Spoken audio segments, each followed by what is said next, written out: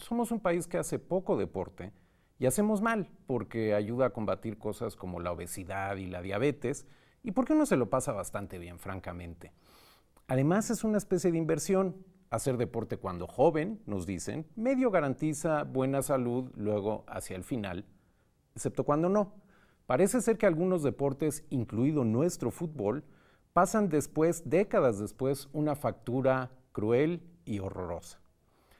En Simbiosis con las Neurociencias, hoy examinamos con el doctor Leopoldo Herrera la idea de que el inocente acto de cabecear en fútbol, en nuestro fútbol, puede ser una especie de boleto para la demencia senil.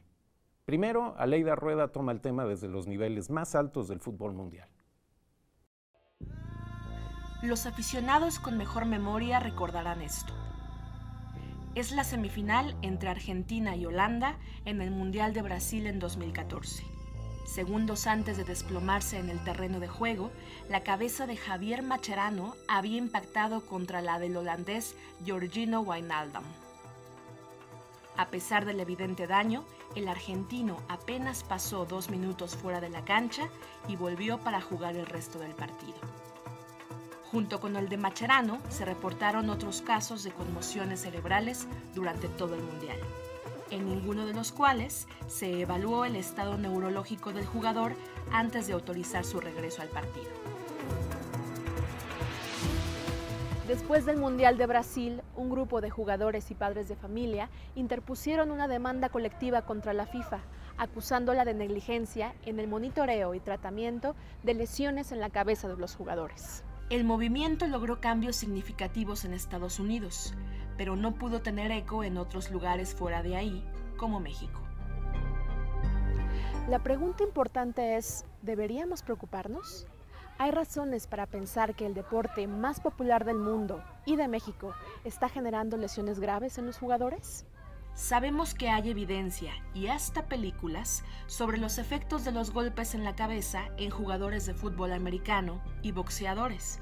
Sin embargo, en el fútbol soccer, pareciera que ese problema no es en realidad un problema. Más bien es un juego que se juega con los pies.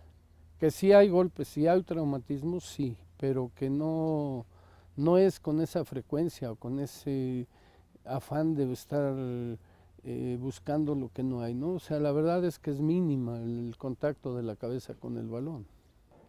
Hay algunos científicos que, por el contrario, tienen una fuerte sospecha de que hay una relación entre los miles de cabezazos que da un jugador promedio a lo largo de su carrera y la presencia de padecimientos neurodegenerativos una vez que se retiran.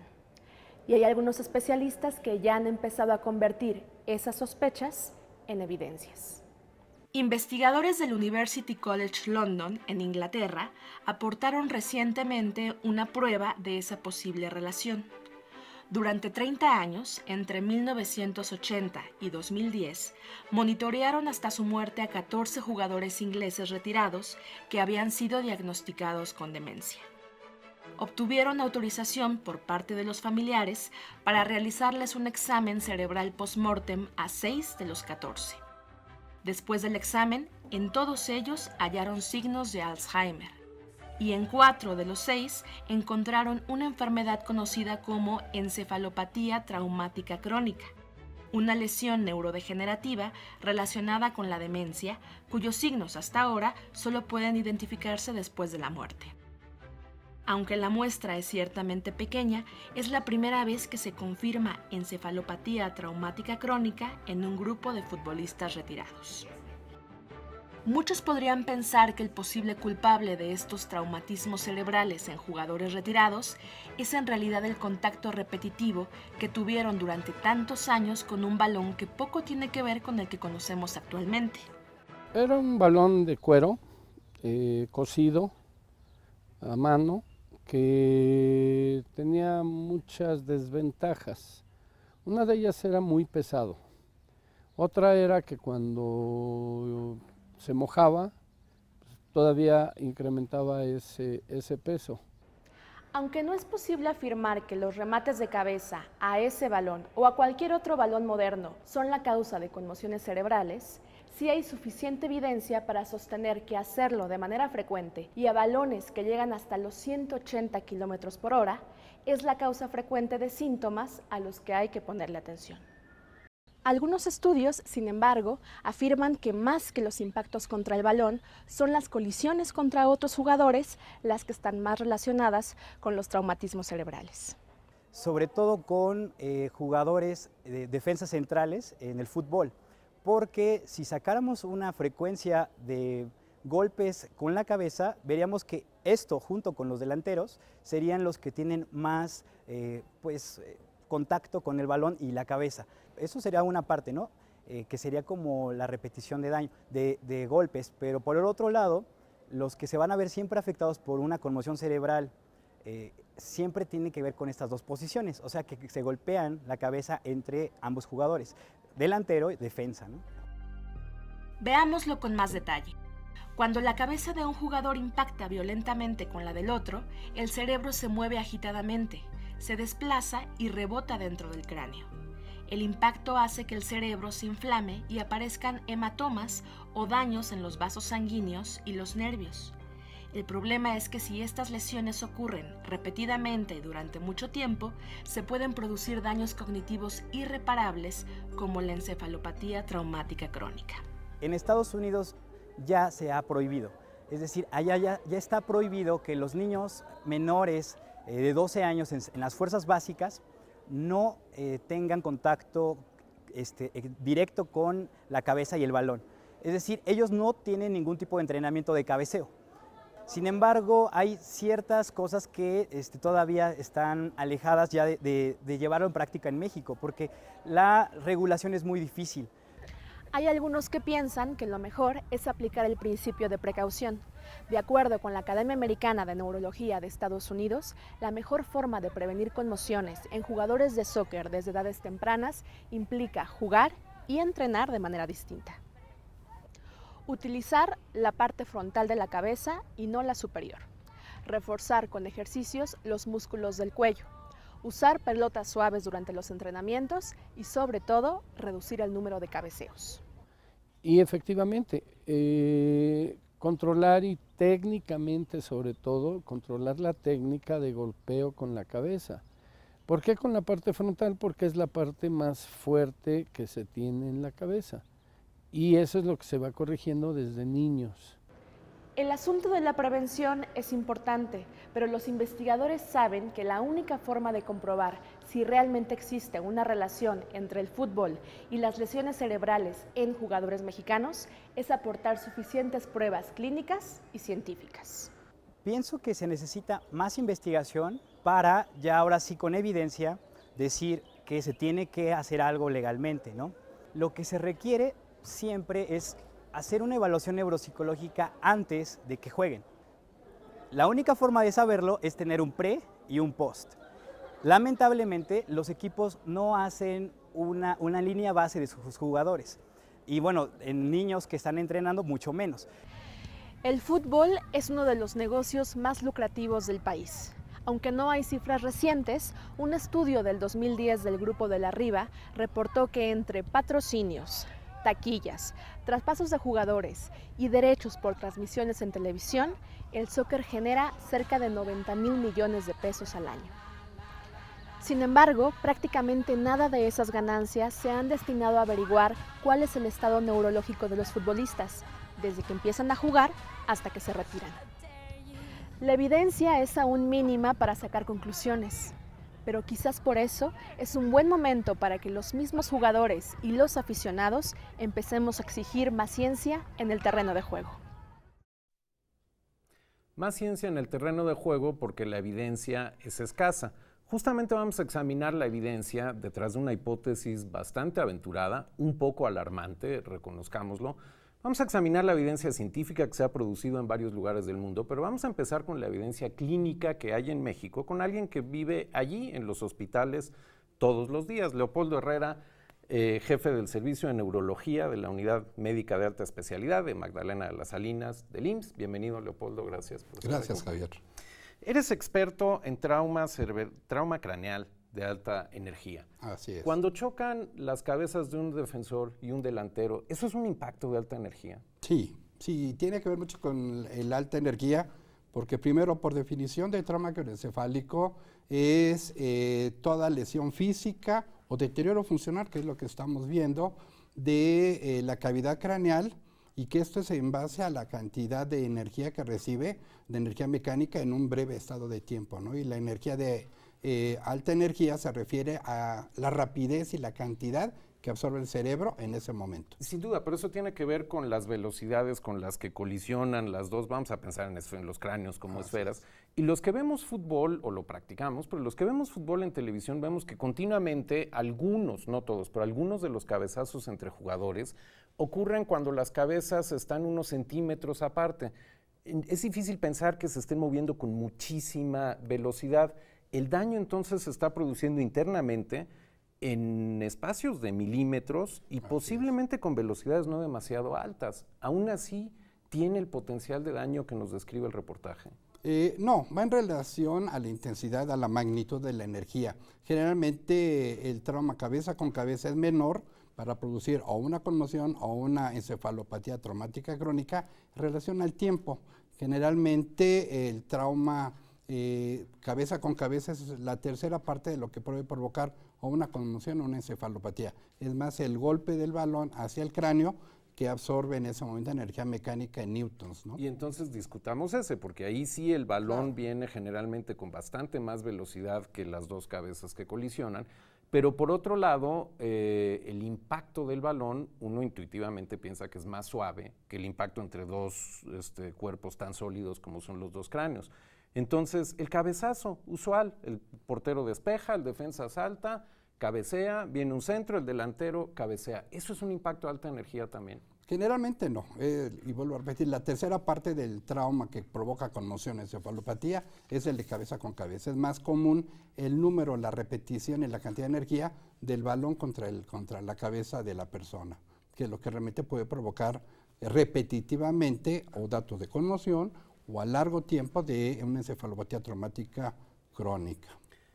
El problema, aparentemente, o un ángulo del problema, es que esas colisiones que acabas de describir, balón-cabeza como no de alta energía, se producen miles de veces a lo largo de la carrera. Ciertamente un futbolista profesional, porque además de jugar cada fin de semana, entrenan durante la semana, pero los que practicamos el fútbol nada más por echar relajo, pues no sé si llegamos a miles, pero ciertamente varios centenares de colisiones como esta. Y hay que decir que el fútbol nuestro no es el único lugar donde esta idea se sostiene. La NFL tiene serios problemas también por esta noción. ¿Qué es lo que explica que una lesión que no es grave en el momento en que ocurre pueda sumarse a lo largo de 1000 impactos, digamos? Precisamente eso, el número.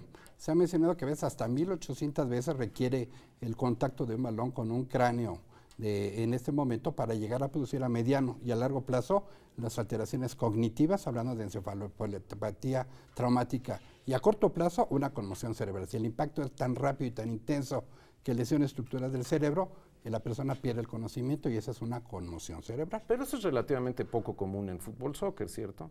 Así es. Sí, nosotros como unidad médica de alta especialidad, realmente lo vemos los fines de semana, como lo habías comentado, el futbolista de llano que llega, que no está bien preparado, que no tiene una buena capacitación, que no ejercita y que en el momento de jugar fútbol vienen las catástrofes, ¿no? El golpe del balón contra los postes, contra otra persona y que llegan frecuentemente a nuestra unidad, ¿no?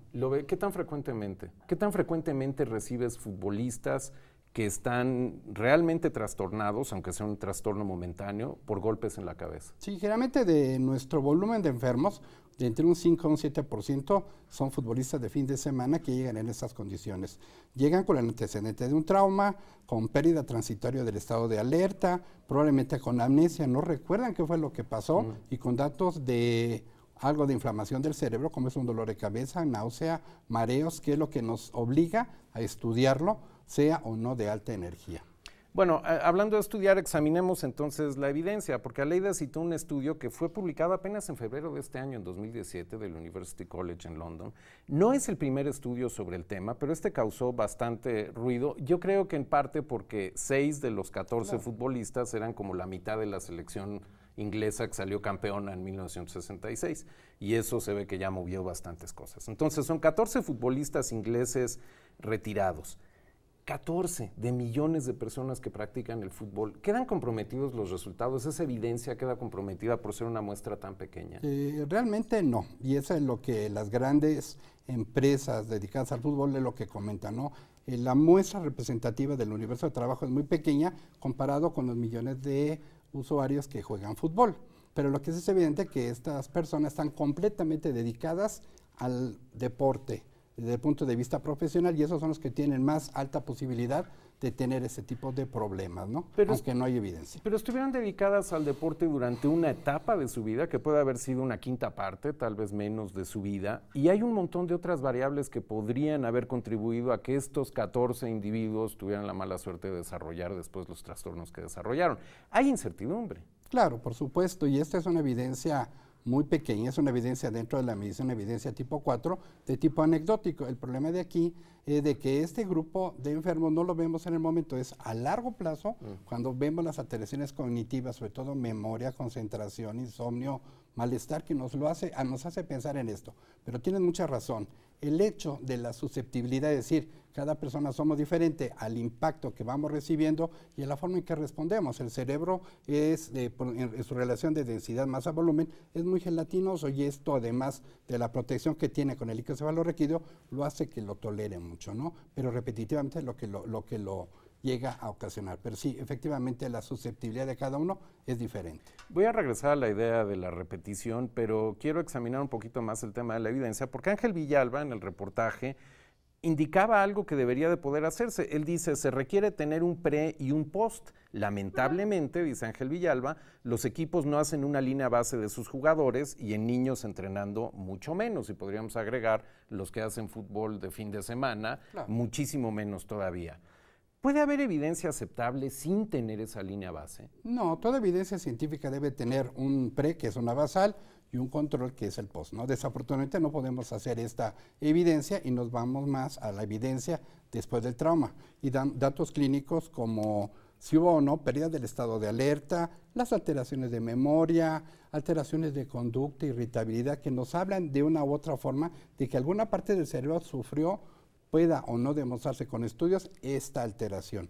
Y esto es lo importante, ¿no? Porque esos estudios cognitivos, si bien no tenemos una basal, sí nos dan desde el punto de vista neurológico algún dato para pensar en un daño dentro del cráneo. Dices, lamentablemente no podemos tener esa línea de base, pero me pregunto si realmente es una cuestión de no poder o no querer, porque es algo que si el sistema quisiera hacer, por lo menos en el nivel del fútbol profesional y semiprofesional, claro, podría hacerlo. Tú perteneces a varias asociaciones gremiales de neurocirujanos, neurólogos, etcétera. ¿Con qué frecuencia sucede que encuentran interés, por ejemplo, en la Federación Mexicana de Fútbol por analizar el tema y por crear esa línea base? ¿Alguna Claro. vez ha pasado? No, realmente no, porque es parte de la contratación de los futbolistas el tener solamente el aspecto físico, pero no el aspecto mental, intelectual, para hacer una batería de estudios Pero neuropsicológicos. es una lesión del juego. O sea, estamos hablando de una lesión inherente al juego. La federación tendría que tener por lo menos el mismo nivel de responsabilidad que la Claro. NFL en el fútbol americano. Claro, y de hecho se ha visto, ¿no? Cuando se pide la indemnización post de estos grupos de enfermos que tienen encefalopatía, en nuestra federación no existe, no lo hay. Solamente recomendaciones para mejorar las condiciones durante el juego de este grupo de futbolistas. Y eso es post y debería de pasar, pero me intriga el pre.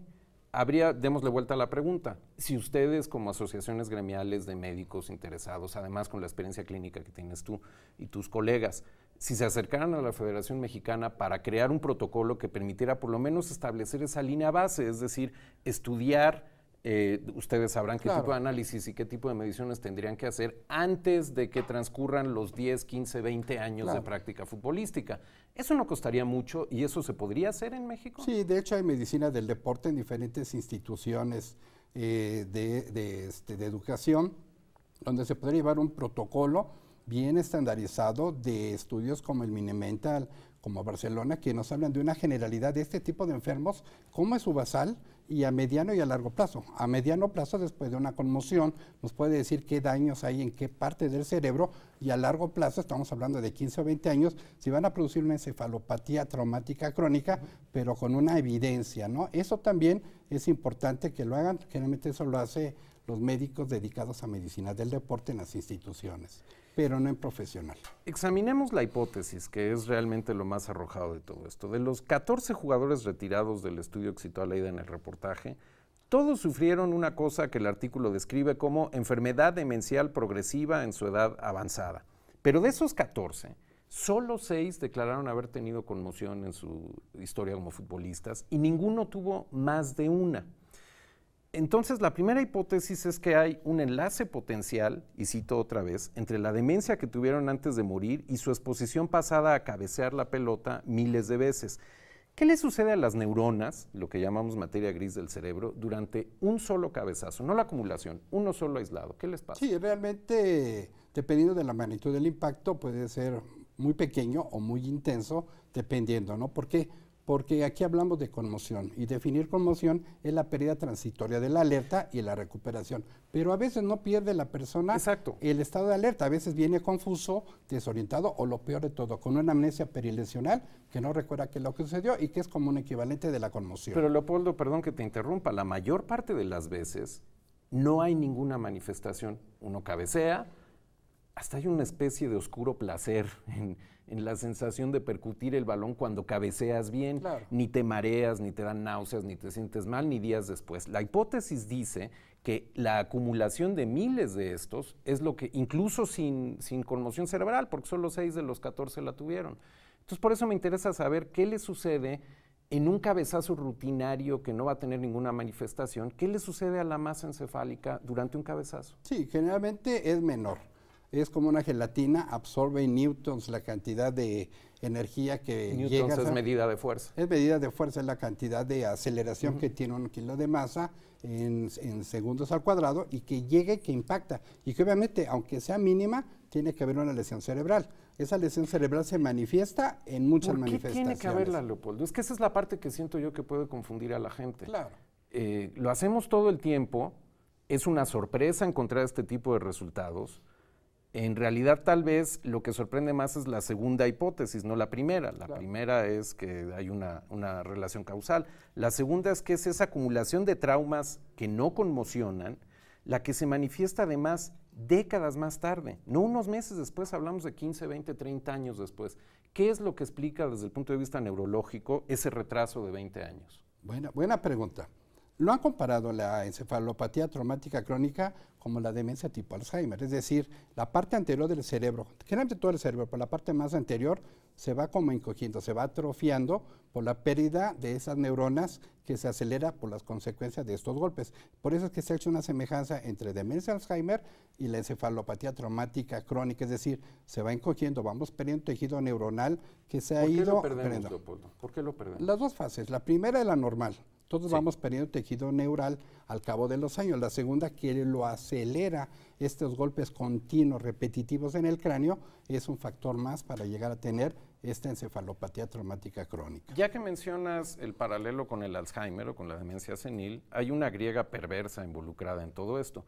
Tanto en Alzheimer como en los pacientes futbolistas, lo que han detectado cuando hacen un examen histológico del cerebro son acumulaciones de una proteína, que tú conocerás bien, la proteína tau, que por sí sola no tiene por qué hacer nada malo, pero se junta de pronto en fibras, y la hipótesis es que esas fibras son las que matan a las neuronas. La acumulación de la proteína tau como condición para esta encefalopatía crónica, ¿eso explicaría los 20 o 30 años de retraso? Es difícil saberlo porque no tenemos un banco de cerebros. Es poco los deportistas que llegan a donar su cerebro después para poderlo entender. Lo que tenemos son estudios de neuroimagen que nos hablan de la atrofia cerebral, pero no tenemos la particularidad de hacer una biopsia para ver estas proteínas neurofibrilares, estos ovillos dentro de las células que desencadenan toda la cascada neurológica de receptores NMDA, que que es lo que hace que se vaya encogiendo, que se vaya atrofiando el cerebro y por ende el deterioro cognitivo crónico al cabo de los años. Pero no los tenemos, no hay un banco de cerebros que nos permita a futuro estudiar esas características microscópicas y por lo tanto todo queda macroscópico y en base al aspecto clínico que nosotros hacemos.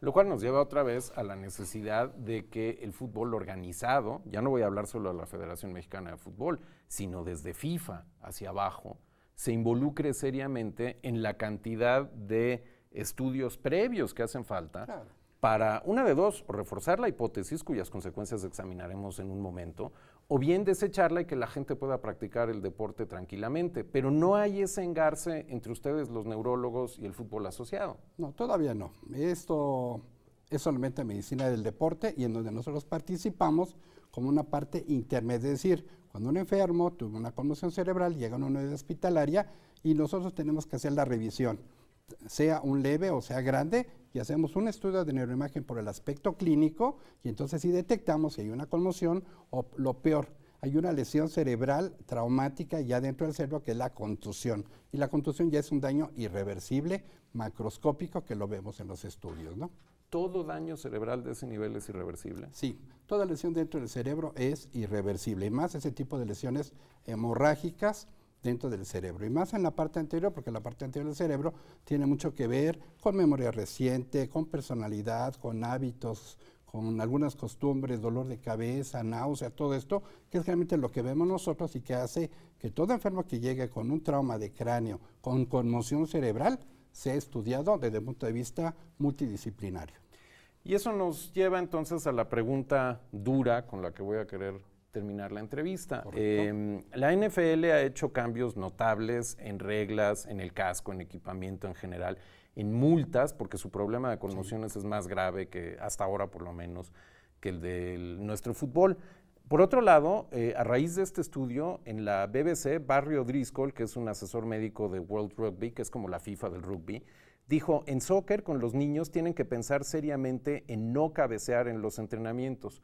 Muy brevemente, en 30 segundos, Leopoldo, ¿tenemos que prohibir el cabeceo antes de 12 años en nuestro fútbol? Generalmente, en algunas áreas sí, entre los 10 y los 13 años, y más en niñas que niños, en donde no hay un fortalecimiento de la musculatura del cuello, hay que tratar de evitarlo. Después de esto, se va fortaleciendo los músculos del cuello y tratar de llevarlo a cabo. Pero en conclusión, la prevención de ese tipo de lesiones debe de ser el futuro de nuestras organizaciones, dirigido tanto a niños, a jóvenes y a adultos. Pero una u otra, ¿tratar de evitarlo o prohibirlo? ¿Prohibirlo sí o no? Evitarlo.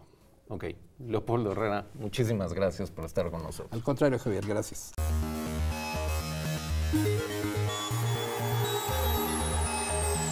Thank you.